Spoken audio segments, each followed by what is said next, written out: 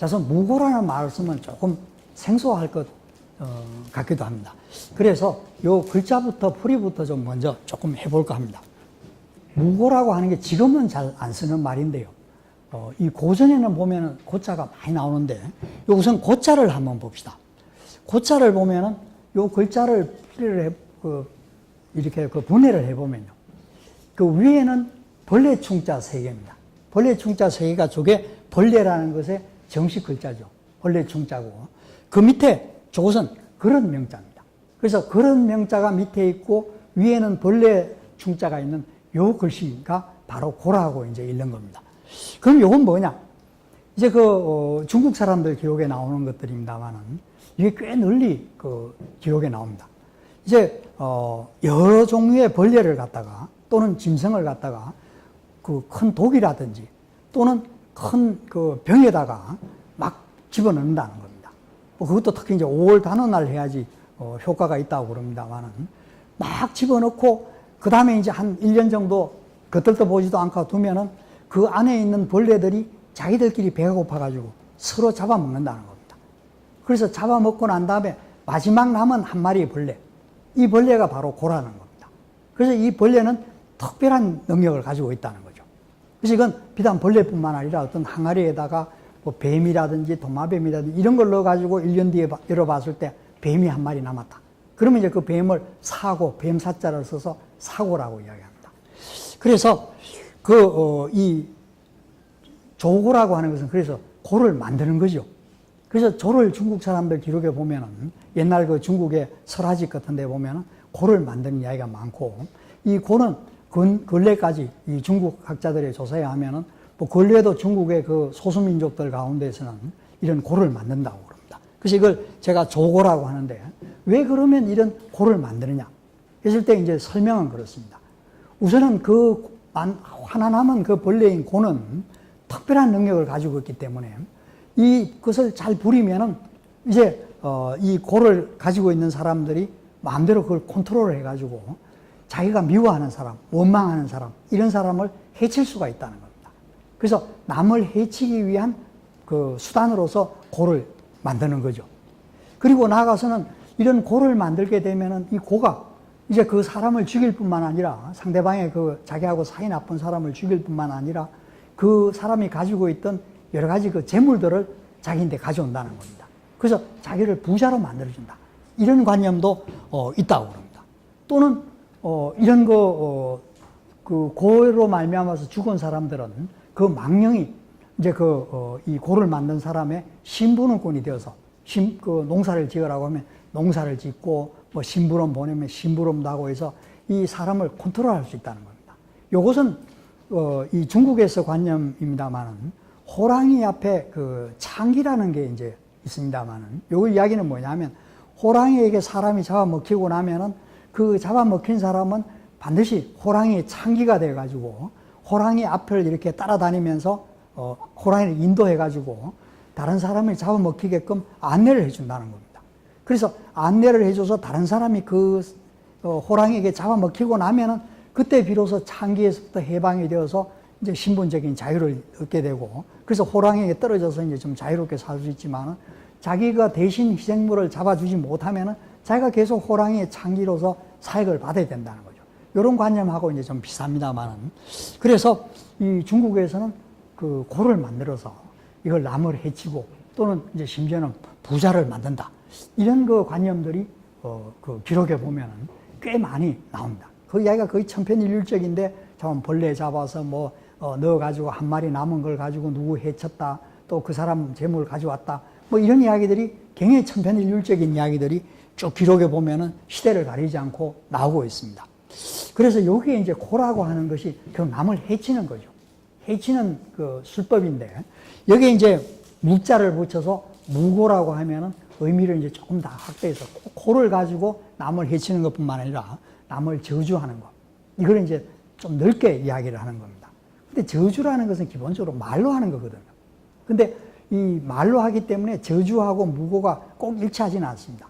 저주의 말을 하는 그런 건데요. 그래서 요 무고는 반드시 말뿐만 아니라 행동으로도 이제 보여주기 때문에 저주보다도 조금 더 넓은 개념이라고 이야기할 수 있겠습니다. 그래서 이걸 뭐 한자로는 보면은 연매라고 그러고, 우리나라 조선시대에 이제 그 한글 소설, 뭐 개축일기라든지 뭐 한중록이라든지 이런 데 보면은 이 인현왕후전이라든지 조선의 그 궁중 소설들 보면은 꼭 그 저주하는 이야기가 나오거든요. 그건 뒤에 이제 말씀드리겠습니다만은. 그래서 그런 데 보면 방정, 방자, 요즘 이런 말은 거의 잘 안 쓰는 것 같은데요. 한자 말이 이제 압도해가지고 방정, 방자라고 그러고, 이런 걸 막는, 이 저주를 막는 방법을 또 이야기할 때는 염성이니 앞성이니 뭐 이런 식으로 이야기를 해서 그걸 또 막는 방법에 대해서는 다른 말로 표현을 하고 있습니다.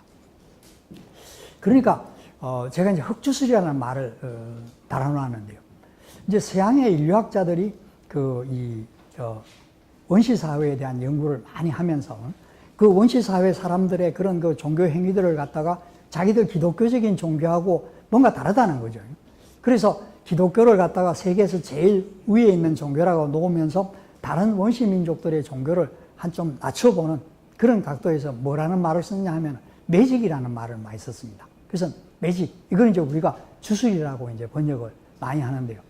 지금 개인적인 이야기입니다만은 저희는 이제 이런 데 좀 관심이 있으니까 예전에 학교 다닐 때 서양책 구하기가 힘들고 해서 매직에 대한 책이라면 무조건 이제 살려고 뭐 서점 같은 데 있으면은 매직 책 찾아보면은 저희가 찾는 매직 책은 잘 없고요. 대부분 보면 뭐냐면 공중에서 무슨 어떻게 날면은, 그런 게 참, 그 소매에서부터 뭐 비둘기가 날라온다든지, 뭐 어떻게 탁 하면 호주머니에서 꽃이 착 나온다든지, 이것도 매직이라고 그런 모양입니다. 근데 저희는 이제 그런 매직이 아니고 어떤 그 초자연적인 방법을 통해서 어떤 목적을 달성하려는 어떤 행위들, 이런 거를 이제 주술이라고 이야기하는데, 그때 이제 서양 사람들이 이런 주술 가운데서도 남이 잘 되게 하는 주술이 있고, 남이 못 되게, 남을 해치는 주술이 있다. 그래서 그걸 이제 구별을 해가지고, 남이 잘 되게 하는 주술은 백주술, 화이트 매직이라고 그러고, 남이 못 되게 하는 주술은 블랙 매직이라고 그렇게 이야기를 했거든요. 그래서 화이트 매직, 블랙 매직 이야기했는데, 여기에 이제 이 저주의 방법에 대해서 우선 조금 이야기하고 구체적인 사실들을 좀 말씀드리는 것도 괜찮을 것 같습니다. 무고의 방법을, 이거는 이제 제가 그냥 개인적으로 나눈 것들이기 때문에 꼭 검증받은 것은 아니고 제 나름대로의 방법입니다. 하나는 고독법이라고 제가 이야기를 했는데요. 그런 고를, 그 남을 저주하는 어떤 도구를 만드는 겁니다. 그러니까 그것이 벌레일 수도 있고, 벌레를 가지고 고를 만들어 가지고 그 벌레를 시켜서 남을 해치는 방법도 있고요. 또는 그 고를 이제 흉측한 뱀이라든지 뭐 이런 그 사람의 뼈라든지 뭐 이런 걸 가지고 와가지고 그걸 가지고 남을 해치는 것도 있습니다. 그러니까 그 자연 상태에서 뭔가 좀 가공을 한다는 것은 이런 거죠. 아까 병 속에 여러 벌레를 넣어가지고 한 마리를 갖다가 끄집어내서 그걸 고로 이제 삼는다고 했을 때 그거는 사람 손이 좀 가는 거거든요. 또 이런 것도 있습니다. 우리나라 일제시대 그 조사 자료에 보면요. 실제로 그랬는지 아닌지 모르지만은 이제 민간 신앙과 관련되는 범죄 사례들을 일본 사람들이 조사한 데 보면은 이런 게 나오거든요. 애를 납치를 해 옵니다. 애를 납치를 해 와가지고 큰 독에 집어넣고 먹을 것을 안 주고 애가 이제 배고프고 하니까 막 울고 막 이렇게 막 독 밖으로, 항아리 밖으로 나오려고 하면은 아예 머리고 몸이고 아무데나 막 찌릅니다. 그래서 아이가 독이 바짝 오르게 해서 아이를 죽이는 거죠. 그러면 그 아이가 그 자기 몸에 실려가지고 자기가 이제 부리는 대로 뭐 이 심부름을 하고 다닌다는 거죠. 요거는 이제 벌레가 아니고 사람을 그렇게 독이 오르게 해가지고 고를 만들어서 한다는데, 그게 실제 있었는지 모르겠습니다만, 아동 납치 사건 중에 상당 부분은 그 아이를 갖다가 그런 그 고로 만들기 위해서 했다는 뭐 이런 것도 나오고 있습니다.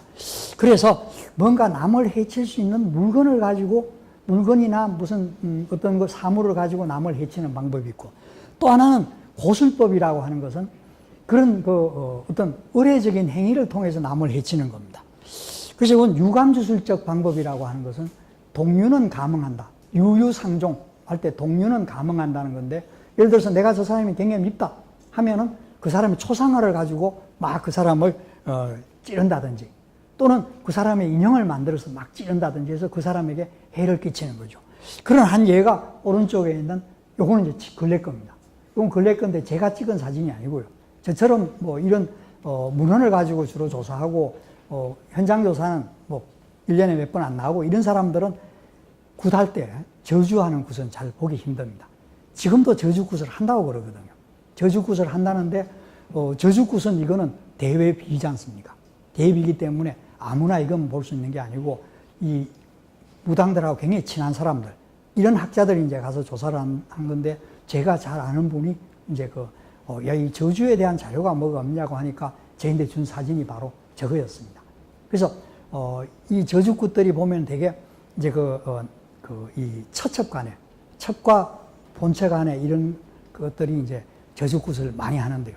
하나 재미나는 거는 첩이 저주굿을 많이 하느냐, 본체가 많이 하느냐고 했을 때 되게 첩들이 저주굿을 많이 한다고 그래요. 그 첩들이 본체죽이라고 하지, 본체가 첩죽이라고는 잘 안 한다는 겁니다. 여기서도 보면 우리가 이 저주라고 하는 것은 항상 물리적인 힘이 약자가 물리적인 힘이 강자에 대해서 하는 거죠. 그러니까 자기가 힘이 있으면은 바로 자기 권력이라든지 힘으로 내려누르면 되는데, 그런 게 안 될 때 이제 저주의 방법을 쓰는 건데요. 요거는 이제 사람의 이름, 자기가 저주하는 사람의 이름을 붉은 글씨로 써가지고, 이걸 어떻게 하는지는 모르겠습니다만, 저는 인형을 만들어서 해치는 겁니다. 또는, 접촉주술이라고 하는 것은 뭐냐 하면은, 이제 내가 저주하려고 하는 사람들이 한번 접촉했던 것. 그러니까 그것은 속옷일 수도 있고요. 손톱이나 머리카락 같은 것도 됩니다. 그런 걸 가지고 와서 구에다가 그걸 막 해를 가함으로써 사람을 해치는 거죠. 그러니까 이거는 뭐 접촉주술법하고, 지금도 무당들이 이제 저런 뭐 처첩 간에 갈등이 있을 때 뭐 상대방의 여성의 그럼 내복을 훔쳐가지고 화장실에 갖다 빠뜨리고 하면은 뭐 떨어진다고 하는데, 제가 얼핏 생각할 때 요즘 다 수세식 변소에 자꾸 내복 빠뜨리면 화장실 막히는데 그거 가능한지 뭐 그런 생각도 듭니다만, 어쨌든 뭔가 고가 될 수 있는, 남을 해칠 수 있는 뭔가 물건을 가지고 남을 해치게 하는 거. 이게 이제 고를 만든다든지 사람의 뼈 같은 거고, 아니면은 어떤 그런 의례적인 행위를 통해서 남을 해치는 거. 이 두 가지로 이제 나눠 볼 수 있는데, 구체적인 사례를 보면은, 우리가 지금 현재, 누가 나인데, 이제 만약에 저주를 했다. 그래서 그게 내가 이제 그걸 알게 되면은 그 사람을 뭐 고발한다든지 또 법적으로 그 사람을 처벌할 수 없거든요. 제가 눈으로 확인한 것은 아니고, 꽤 오래 한 5, 6년 전에 텔레비를 보니까 대전에 저주회사가 있다고 그래요. 저주해주는 회사가 있는데, 그 저주해주는 회사의 뭐 장면이 조금 이렇게 나오는데 보니까 완전히 식이 부두교식입니다. 그러니까 지퍼로 인형 만들고 바늘로 찌우고 그걸 불에 태우고 하는 이런 식인데, 만약 누가 나를 저주를 한다고 해서 그 저주회사에 부탁을 해서 대개 이제 한 건당 한 30만 원 한다고 그럽니다만, 30만 원 주고 저주를 내를 한다. 그래서 그게 발각이 된다고 해서 뭐 그거는 이제 한번 웃고 넘기고 기분 나쁘다는 정도지, 뭐 그걸 가지고 뭐 법적인 문제가 되지 않습니다.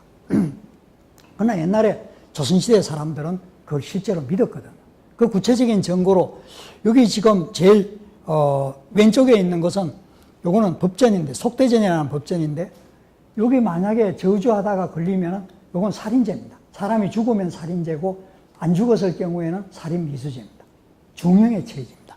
이것도 마찬가지로 대명률직해라고 하는 명나라 법률을 우리나라에서 가져와서 한동안 사용한 건데요. 여기도 보면은 저주를 무고를 했을 때 이건 사형입니다. 기본적으로. 이런 것은 다시 말해서 믿었다는 거죠. 이렇게 하면 사람이 죽을 수 있다는 걸 믿었다는 겁니다. 또 요거는 뭐냐 하면은 잘 아시는 동의보감입니다. 동의보감에 보면은 저주에 걸렸을 때 어떻게 내가 처방을 어떻게 하고 어떻게 낫는다는 구체적인 처방술이 나오고 있습니다.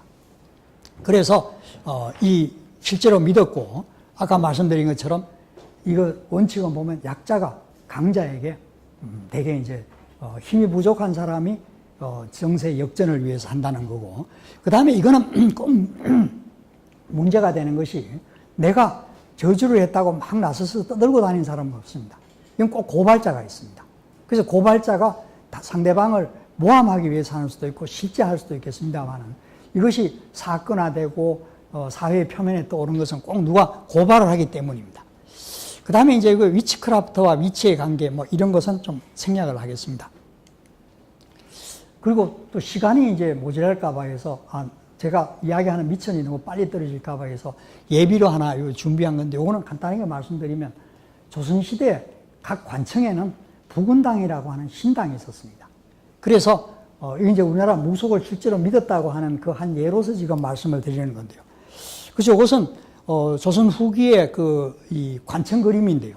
요 관청에 보면은 요 끝에 요 부군당을 이렇게 그려놨습니다. 그래서 관청마다 부군당을 모셔놨는데, 이 부군당에는 누구를 모시느냐? 처녀귀신을 모십니다. 그래서 이런 그 관청에, 요거는 요즘 겁니다만은, 요 나무로 남자 성기를 이렇게 깎아서 그려놨습니다. 지금 현재 이게 이제 유명한 게 삼척에 있는 것이 유명합니다만은, 이 남성 성기를 깎아 놓은 것은 결국 이 부군당에 있는 신이 여자 귀신이라는 거죠. 그래서 이 여자 귀신이 부군당에 있으면서 그 관청에 근무하는 관리들을 갖다가 운명을 좌지우지한다. 그래서 관리로 내가 처음 임명되면은 우선 부군당 가서 신고식 하고 잘 봐달라고 그러고, 또 퇴임할 때도 물러서 갈 때도 절하고 이랬다는 겁니다. 그래서 요거는 이제 서울의 호조라는 관청의 부군당이고, 이건 그 영암군, 전라도 영암군에도 보면은 여기가 아마 부군당일 겁니다. 그 고을에 부군당이 꼭 있고요. 지금 현재 서울에 남아있는 부군당, 여기 이제 관청에 있던 부군당이 그냥 민간 신앙화된 건데, 이 부군당의 특징은 문 앞에 이렇게 태극기 마크가 있는 겁니다. 그리고 이건 일제시대 사람들이 이제 일제시대 일본 사람이 찍은 사진인데, 역시 나무를 이렇게 깎은 이런 것들입니다. 그래서 조선시대 그 음한 유교 국가에서 관청에 처녀귀신 모셨다는 거죠. 이것도 이제 좀 특이한 이야기여서 하나, 그 다음에 이제 구체적인 사례 몇 가지를 간단하게 말씀드리겠습니다. 첫째는 제국대장공주 사건입니다. 자, 이 제국대장공주라는 사람은 바로 그 원나라 세조 쿠빌라이의 딸입니다. 근데 본처의 자식은 아닌 것 같아요. 본처의 자식은 아니고, 그 쿠빌라이, 원나라 세조의 후궁의 자식인 것 같습니다. 그런데 이 여성이 이제 고려의 그 충렬왕하고 결혼을 했지 않습니까?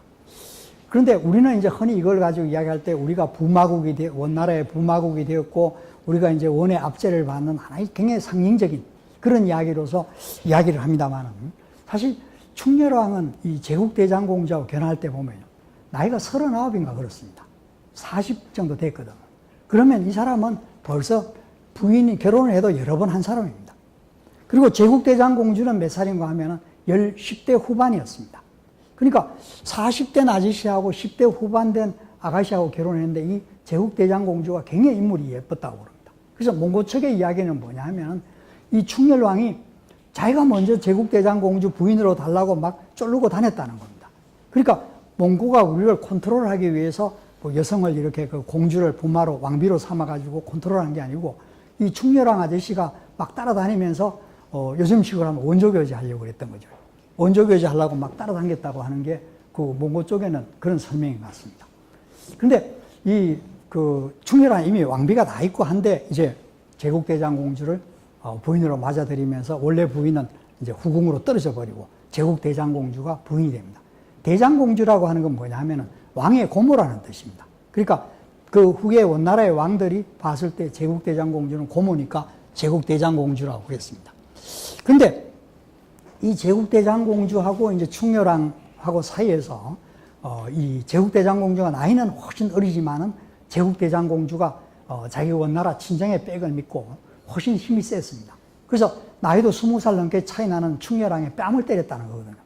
충렬왕의 뺨을 때리고 자기는 이제 원나라 공주니까 그 고려왕 뺨을 때리고 그랬습니다. 좀 아이러니컬하게도 그 밑에 이제 손자때 가면은 충수왕이라는 왕이 있는데요. 이 충수왕은 역시 이제 원나라 공주하고 결혼합니다. 원나라 공주하고 결혼했는데, 그 원나라 공주가 어문의 죽음을 당합니다. 그래서 충렬왕의 손녀며니가 어문의 죽음을 당하는데, 왜 어문의 죽음을 당했는지 정확한 이유는 모르는데, 이제 그 당시에 떠돌던 이야기, 원나라에서 조사로 온 거는 뭐냐 하면, 충수왕이 공주를 두드려서 패서 죽였다는 겁니다. 그때는 이제 이 충수왕도 이제 자기의 핏줄 속에는 원나라 피가 들어오니까, 몽고족 피가 들어오니까, 이제 공주하고 속된 말로 맞짱을 뜨고 때릴 수가 있는데, 이 충렬왕은 그러지 못하고 맞았다는 거죠. 그러니까 이 충렬왕은 이 제국대장공주하고 결혼을 하고 난 다음에 이 제국대장공주 몰래 바람을 많이 피우고 이제 그랬던 것 같습니다. 그런데 이제 그 둘 사이에서 낳던 아들, 이제 충선왕인데요. 이 충선왕이 원나라 대도에서 북경에서 결혼식을 하게 됩니다. 그래서 충렬왕과 제국대장공주는 아들의 결혼식을 보기 위해서 대도로 갔다가 이제 돌아와가지고 얼마 안 되어가지고 한 달이 채 되기 전에 제국대장공주가 세상을 뜹니다. 아마 이 여행의 피로 이런 것들이 이제 굉장히 겹쳤을 것 같고요. 또 모르긴 해도 이 원나라 공주가 자기들 이 말 타고 다니면서 양고기 뜯어먹고 하다가 고려에 와서 먹는 음식도 좀 안 맞았고 하니까 뭐 이런 것도 빨리 죽음을 재촉한 원인이 되지 않았을지 모르겠습니다만 이 제국대장공주가 죽습니다. 아주 젊은 나이에 제국대장공주가 죽습니다. 그러니까 6월 달이 되니까 5월 달에 왕이 죽으니까 북경에 있던 충선왕이 그 세자가 자기 어머니 문상을 하러 와가지고 자기는 이제 바로 쿠빌라이라고 하는 원나라 세조의 외손자죠. 몽고피가 흐른 사람입니다. 그러니까 자기 아버지보다 발언권이 더 있는 거죠. 그런데 이 자기 아버지 이 충렬왕이라고 하는 사람은 제국대장공주 몰래 어떤 한 여성을 총애를 했습니다. 그 여성은 이제 숯 굽는 집안의 딸이었는데 이 여성이 이제 이 충렬왕하고 둘이 이제 좋아해가지고 충렬왕은 이 여성과 즐기기 위해 가지고 멀리 사냥을 돌아다니고 제국대장공주 눈이 안 보이는데 사냥을 하러 돌아다녔습니다. 그래서 이 둘이가 이제 사냥을 잘 하러 갔던 데가 어디냐 하면은 바로 지금 우리나라에서 지금 남북 이렇게 왔다 갔다 할 때 육로로 갔다 하는 제일 끝이 도라산이지 않습니까? 그 도라산 지역에 사냥을 하러 다녔기 때문에 이 여성, 충렬왕과 같이 다녔던 여성의 이름은 무비인데 별명이 도라산이었습니다. 무비 도라산 이 여자하고 이제 돌아다녔는데 충선왕은 이제 자기 어머니의 상을 치기 위해서 돌아와 가지고는 뭐라고 하면 공주가 죽게 된 것은 자기 어머니인 공주가 죽게 된 것은 도라산 여자 때문에 그렇다.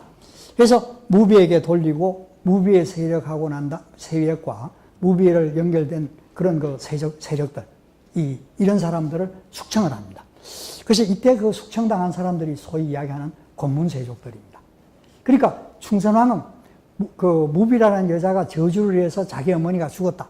그래서 그거에 대한 복수를 하기 위해서 무비를 치면서 또 한편으로는 무비하고 달라붙어 있던 부정적인 정치 세력들을 치는 거죠.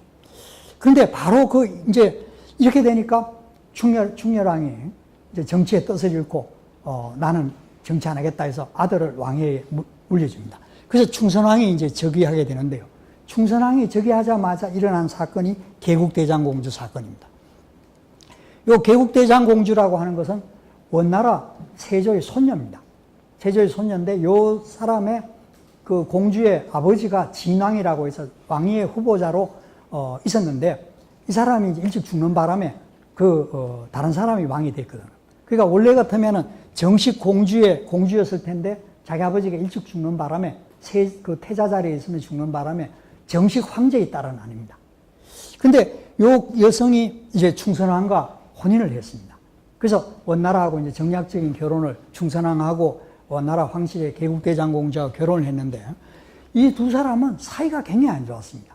그래서 사이가 굉장히 안 좋았는데 이 사이가 안 좋은 이유를 갖다가 이 개국대장공주라는 여자는 조비의 탓으로 돌렸습니다. 조비라는 여성은 누구냐 하면은 바로 충선왕이 그 개국대장공주하고 결혼하기 전부터 알던 여성이었죠. 그러니까 이 사람이 거의 정식 왕비라고 해도 과언이 아닐 겁니다. 개국대장공주하고 결혼하기 전에는 왕비와 같은 위치에 있었는데 이 개국대장공주는 충선왕이 자기하고 사이가 안 좋고 자기를 자꾸 멀리하는 것은 충선왕이 미리 사귀었던 조비라는 저 여성 때문에 자기를 좋아하지 않는다. 그 조비가 특히 자기 어머니하고 결탁을 해가지고 무당을 불러서 자꾸 저주를 하니까 이 사이가 안 좋았다. 이렇게 해서 자기 친정에 편지를 보내려고 합니다. 그러니까 이 사실을 안 충선왕이 이제 그 공주를 막 만류를 하고 하는데 내가 이제 앞으로 잘해보겠다고 하는데 그 말 안 듣고 결국은 충선왕 그런 고발하는 편지를 몽고에 보냅니다. 그런데 이런 분위기 속에서 그 개성시내에 익명서가 붙습니다. 조비가 개국대장공주 저주한다더라.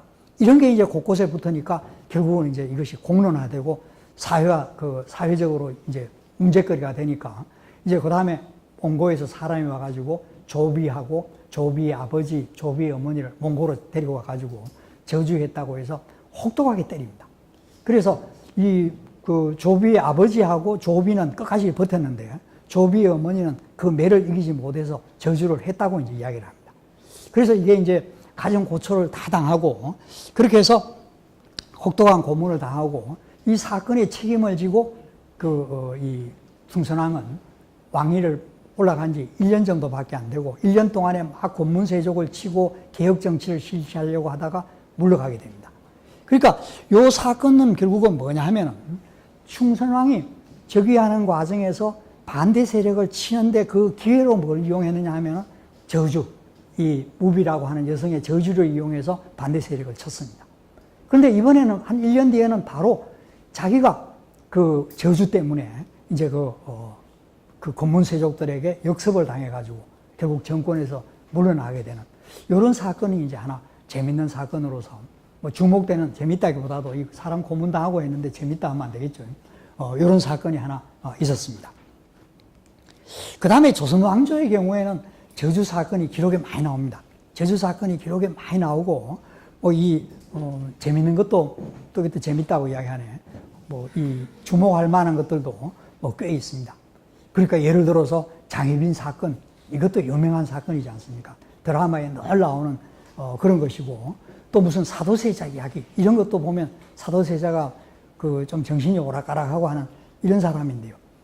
그러니까 사도세자도 이런 저주 사건 이런 거하고 휘말리고 하는데 보면은 이 사도세자가 왜 자기 아버지 영조가 그 한 여름에 뒤주 속에 넣어가지고 죽였는지 잘 이유가 기록이 안 나옵니다. 그래서 그 부인이었던 해경궁 홍씨가 쓴 데도 보면은 사도세자가 왜 어떤 제목으로 죽은지 이야기가 안 나오거든요. 그리고 사도세자를 고발을 처음 해서 이 죽음에 몰게 한 제일 첫 번째 원인 제공자가 누구냐 하면 사도세자 생모입니다.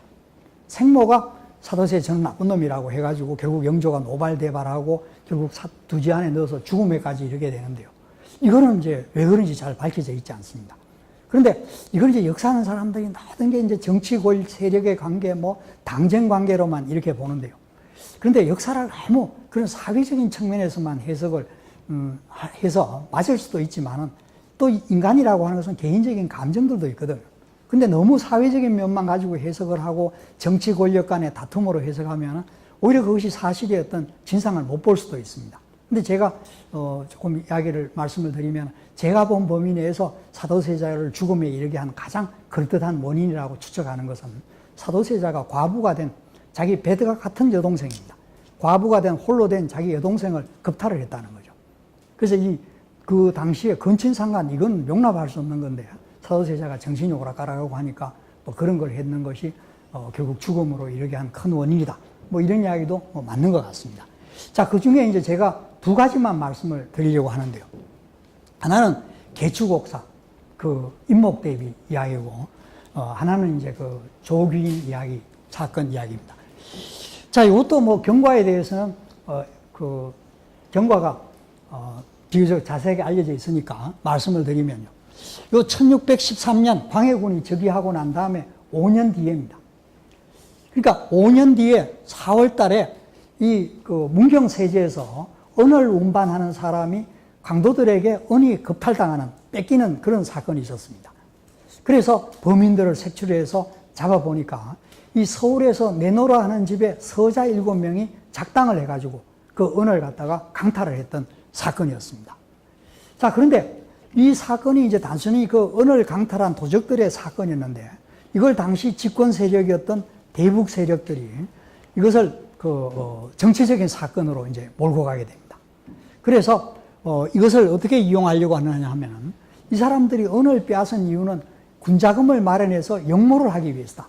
역모를 하기 위한 것인데 그때 그 역모를 하려고 하는 기회 배후 세력이 누구냐? 소북 세력이라는 겁니다. 그래서 당시 광해군 당시에 집권했던 세력들이 대북 세력들입니다. 광해군은 아시다시피 선조의 두 번째 아들입니다만은 선조가 여러 부인을 두었습니다만은 첫 번째 부인인 의인왕후 박씨에게서는 자식이 없었습니다. 근데 후궁에서는 자식을 여러 명을 낳았거든요. 그래서 이 자식을 여러 명을 낳고 했는데 이제 임신왜란이 발발을 하게 됩니다. 그래서 임신왜란을 발발을 했을 때 선조는 좀 극단적으로 이야기하면 굉장히 비겁했습니다. 이제 중국으로 도망가서 이 신의 어떤 안정을 도모를 하려고 하면서 한편으로는 자기 아들들을 내보내서 의병을 모집하게 했거든요. 그때 이제 나서서 혁혁한 공을 세웠던 사람이, 뭐 혁혁하다기보다는 공을 세웠던 사람이 바로 두 번째 아들인 광해군이었습니다. 그리고 이제 이때 광해군을 따라서 지지를 했던 사람들이 바로 대북 정인홍이라든지 이런 대북 세력들이었습니다. 그래서 광해군이 나중에 그 선조가 정식 대군이 없을 때 세자로 책봉될 수 있었던 것은 바로 공이 있기 때문에 이제 세자로 책봉이 되었습니다. 그래서 대북 세력들이 이제 광해군과 더불어서 이제 그 광해군 즉위 이후에 정권을 잡았습니다. 그런데 광해군이 그 왕으로 오르기 직전에 어떤 사건이 있었냐 하면 바로 영창대군이 태어났다는 겁니다.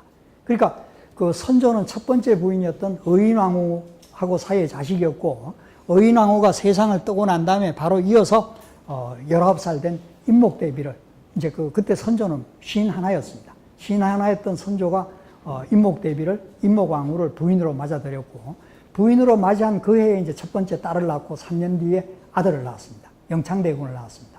그러니까 이거는 바로 이제 정식 왕비의 몸에서 난 자식이고, 광해군은 이미 세자로 책봉이 되어 있지만은 이제 정식 왕비의 몸에서 아들이 태어났다는 겁니다.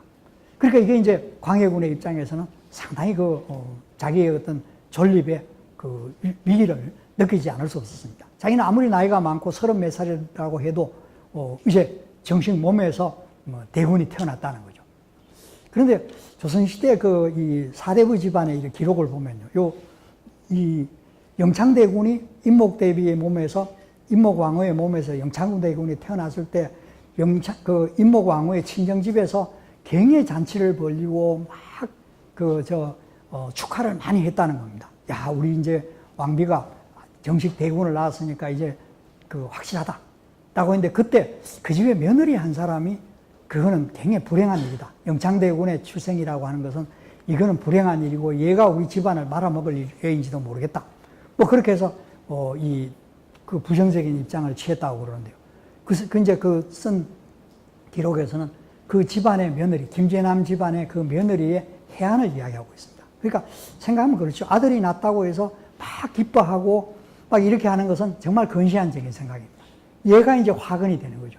광해군이 왕이 되면은 얘는 제대로 목숨 부지하기가 힘들게 되는 그런 상황입니다.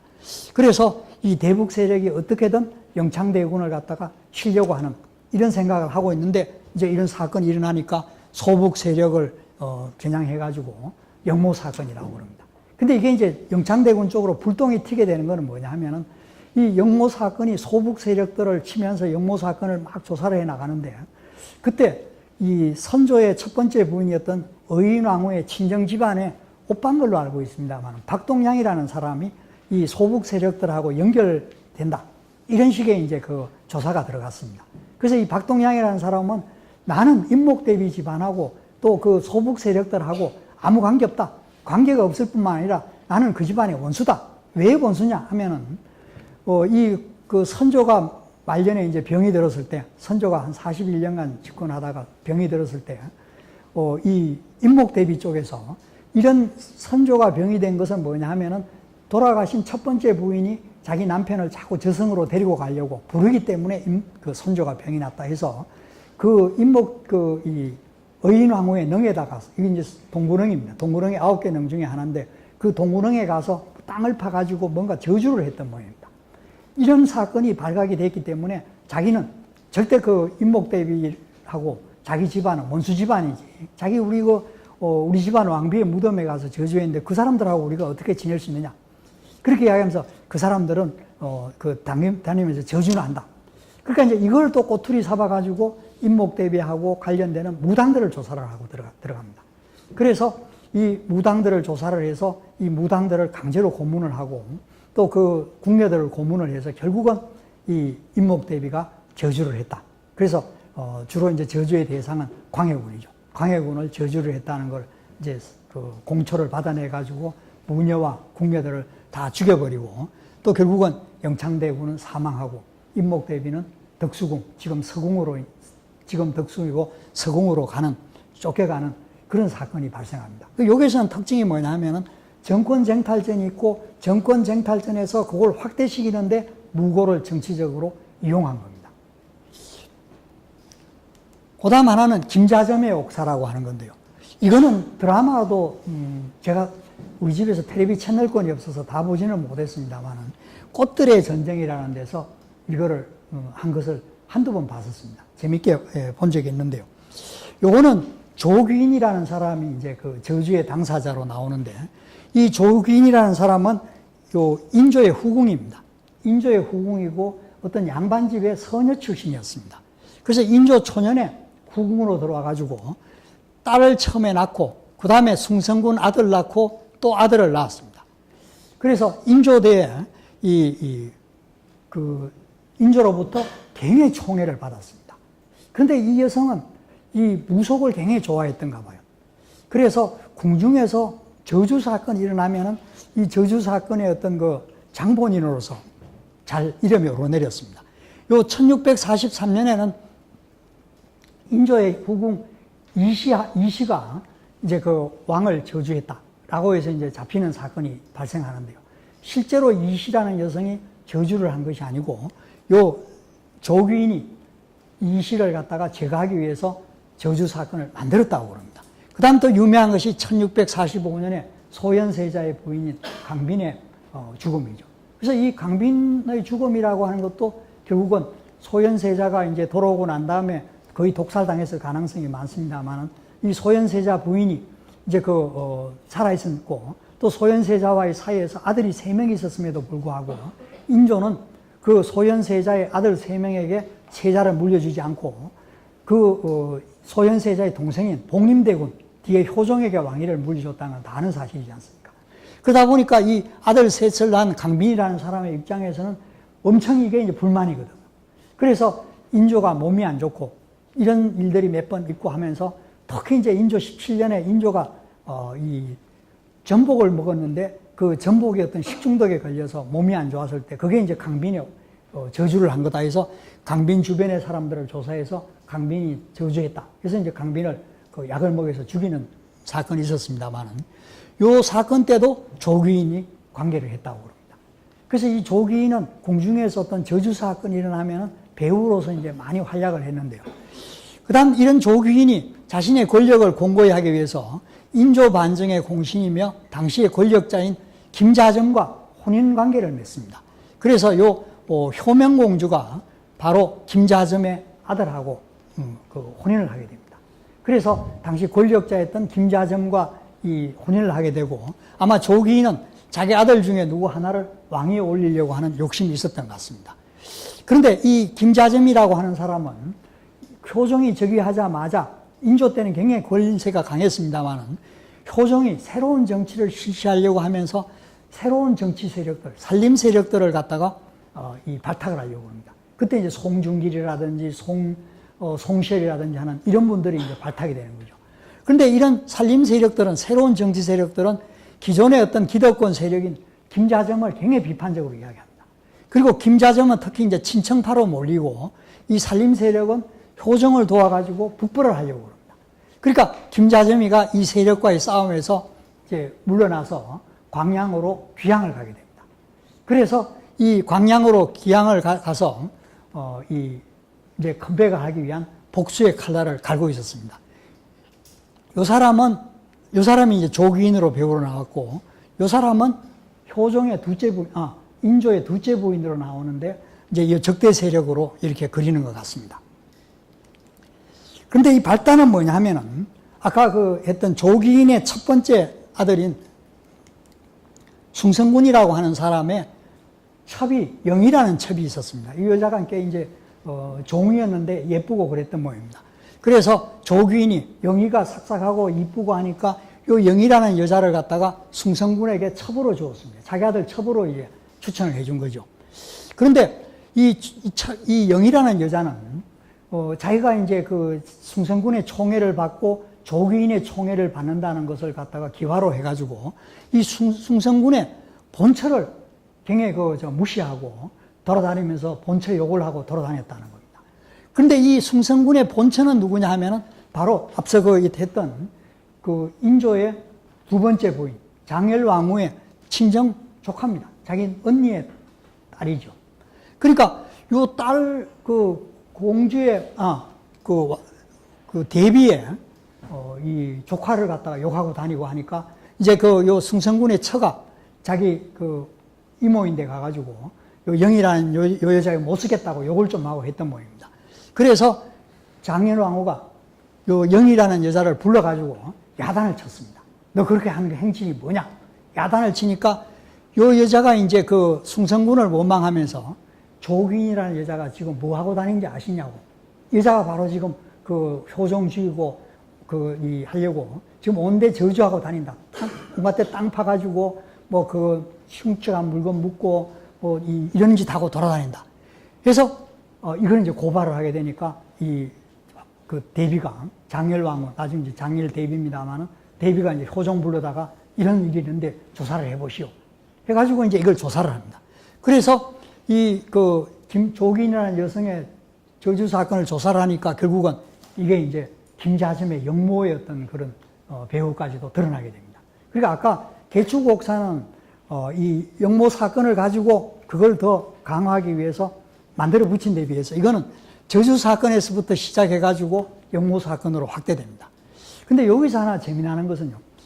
이때 조긴이라는 여성이 얼마나 저주를 많이 했는지 그 저주의 주요한 방법이 뭐냐 하면은 흉측한 물건을 땅에 묻는다든지 해서 온돌에다가 집어넣는다든지 또는 왕의 벽에라든지 이불에다가 사람의 뼈가루를 넣는다든지 또는 사람이 죽고 난 다음에 관 속에 이렇게 사람이 들어가면은 몸속에서 시신 썩은 물이 나오면은 시접을 이제 그걸 솜에 묻혀와가지고 그걸 벽에나 이불에 넣는 거죠.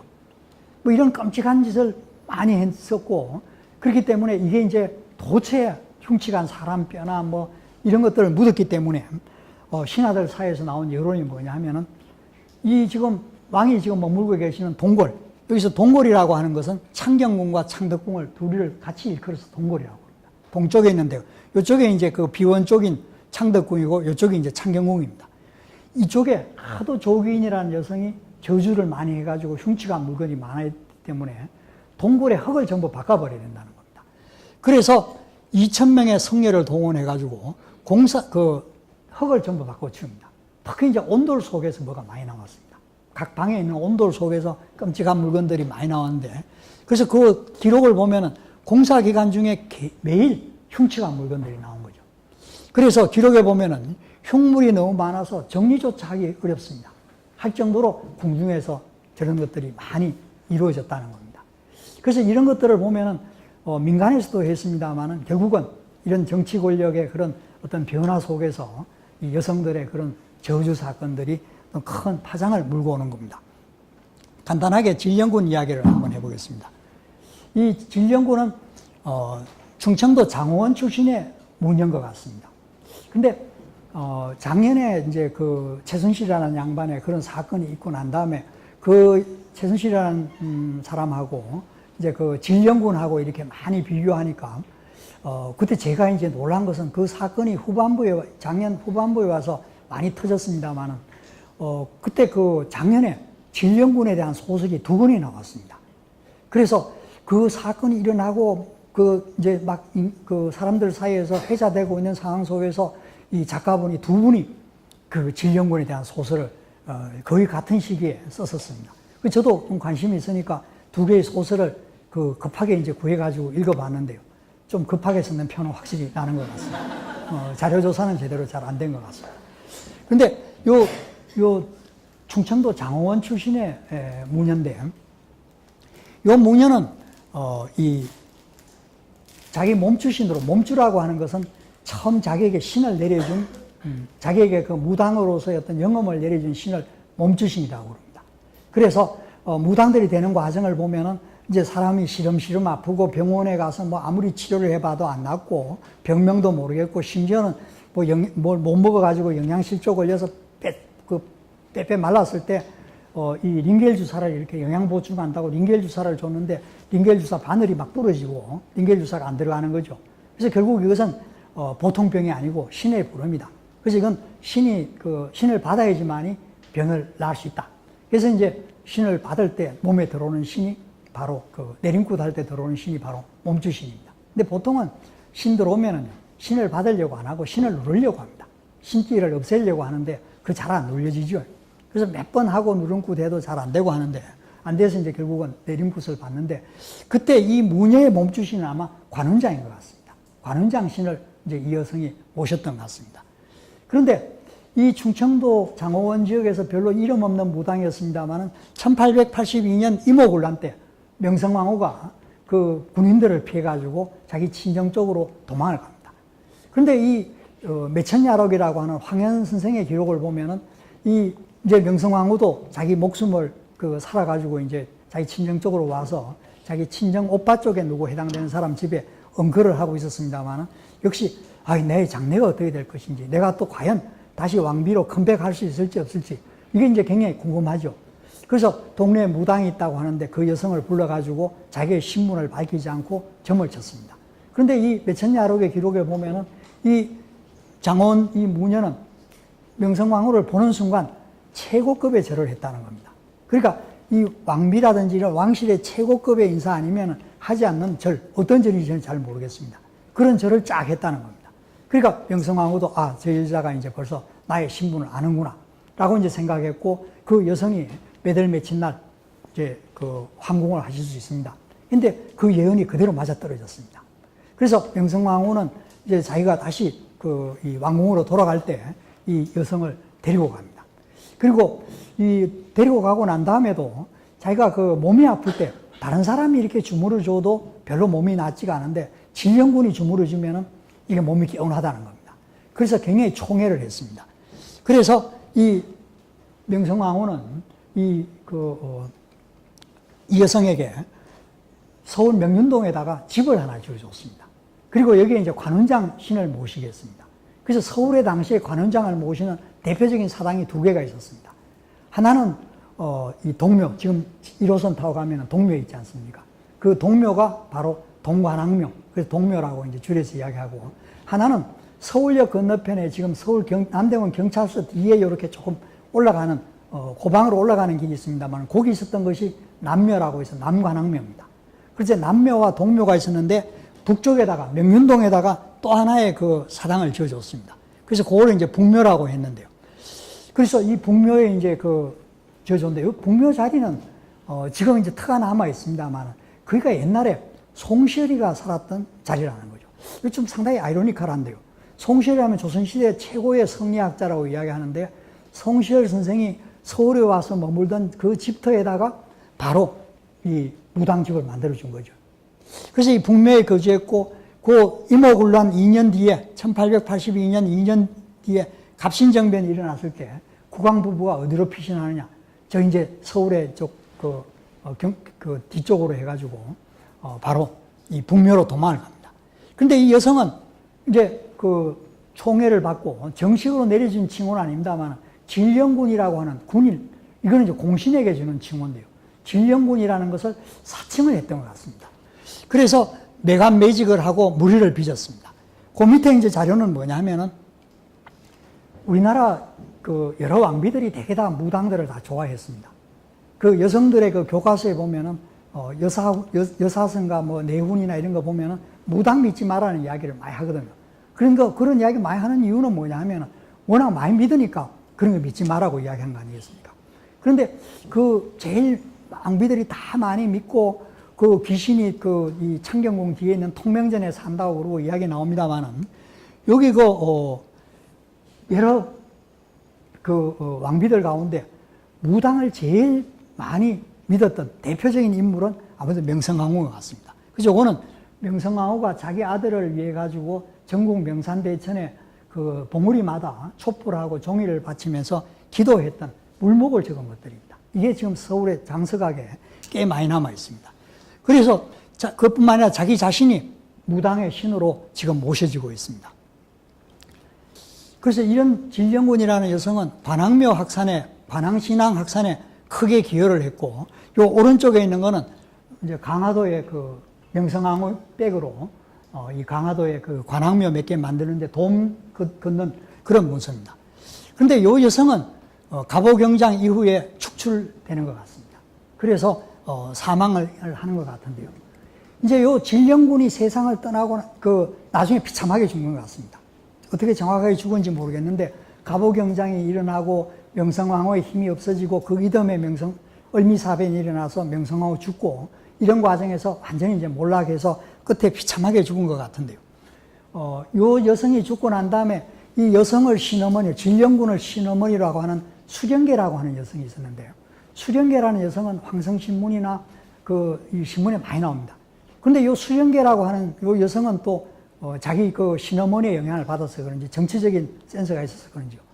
이등방문이 1909년에 안중근 선생한테 총 맞아 죽고 난 다음에는 이등방문 제사를 자기가 지냅니다.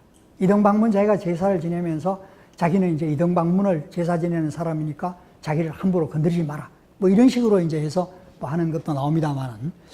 그래서 이 진령훈이라는 사람이 명성황후와 관련해서 사회적으로 상당히 무리를 일으켰는데, 요게 이제 북묘의 사진이고요. 북묘가 없어졌습니다. 북묘가 현재는 없어지고 그 송시열 선생 집터라고만 소개되어 있는데, 그 북묘에 있던 관원장 상은 현재 새카만 요 관원장 상은 동묘에 지금 옮겨져 있습니다. 동묘에 관원장 상이 2개가 있는데 요거는 북묘에 있던 걸 가져왔습니다. 자, 그런데 이제 조선시대의 무당들 가운데 국무라는 사람들이 있습니다. 국무라고 하는 사람이 있고, 이 국무를 이제 학자들에 따라서 견해차가 좀 나는 것 같습니다만, 이 국무라고 하는 것이 정식 벼슬이라든지 어떤 제도적인 직위는 아닌 것 같습니다. 지금도 우리나라의 무당들 이렇게 보면요, 자기들 나라 만신이다, 또는 국무라고 이야기하는 무당들이 있는데, 그 무당들의 이야기는 뭐냐 하면 자기들이 문화재로 지정됐다는 겁니다. 국가지정 문화재라든지 또는 지방문화재로 지정됐을 때 자기들이 국무라고 이야기를 합니다. 그리고 이 나라 만신이라는 이야기를 하는데요. 그럴 때 보면은 그러면서 이제 자기 우리 때 그 조상들도 시어머니들도 국무였다고 하는데, 그 이야기를 자세히 들어보면은 이 국무라고 하는 것은 뭐냐 하면은 왕실에 구설해 준 사람. 그러니까 정식 어떤 지위가 있어서 국무라는 게 아니고요. 그 왕실에 구설해 주면은, 심지어는 대원군 집에 가서 구설해 주고 하면은 그 대원군 집에 해줬던 것이 자기 시어머니의 시어머니고, 따라서 그 사람은 국무다. 뭐 이런 식으로 이야기하는 거 보면은 국무는 어떤 제도적인 장치는 아니고 그냥 그 왕실에서 구다는 왕실의 단골 무당, 이런 정도이지 어떤 국가에서 정식으로 인정하는 무당은 아니라는 겁니다.